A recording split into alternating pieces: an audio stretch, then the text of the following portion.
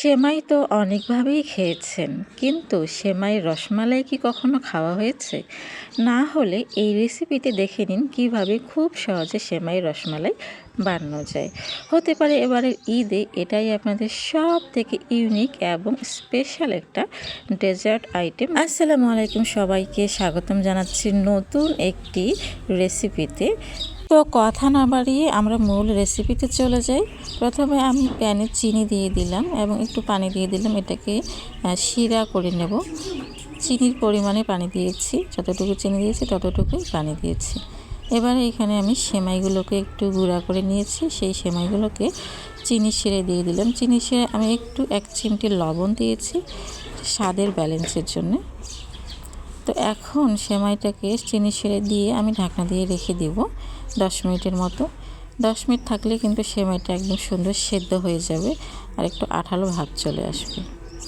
সেমাইটাকে আমি তুলে নিলাম। তারপর এখানে আমি কড়াইতে আবারও দিয়ে দিলাম দুধ। ততক্ষণে দুধটা গরম হতে থাক আর এদিকে আমি সেমাইগুলোকে রেডি করি। তো সেমাইগুলোতে আমি একটা গুঁড়ো দুধের প্যাকেট দিয়ে দিলাম। এখন এটাকে খুব ভালোভাবে মথে নিচ্ছি হাত দিয়ে।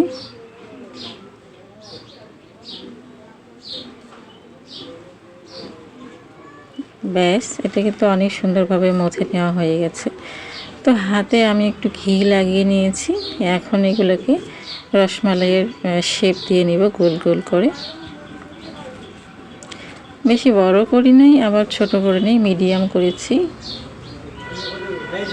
তো সবগুলাই আমি এভাবে করে নিয়েছি।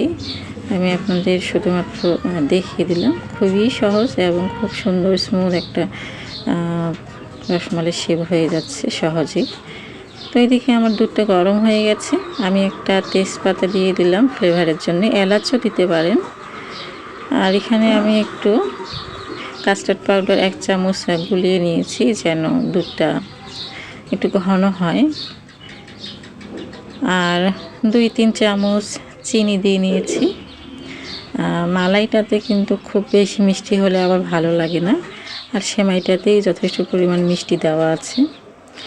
দুধটা ঘন হয়ে আসছে। এই পর্যায়ে আমি যে রসমালাইগুলো করে রেখেছিলাম মিষ্টিগুলো, সেগুলো দিয়ে এখন আমি ঢাকনা দিয়ে লো আছে 10 মিনিট জাল করে নেব। 10 মিনিট জাল করার পরে ঢাকনা খুলে দেখেন মিষ্টিগুলো কিন্তু অনেকটাই বড় হয়ে আসছে এবং একটু ফুলেও গেছে। ব্যাস, আমার রসমালাই হয়ে গেছে। বেশিক্ষণ আর জাল করা লাগবে না, কারণ মালাইটা অনেক ঠিক হয়ে গেছে। আমি নামিয়ে নিয়েছি। আর দেখতেই পাচ্ছেন কতটা লোভনীয় হয়েছে। ধন্যবাদ সবাইকে ভিডিওটি শেষ পর্যন্ত।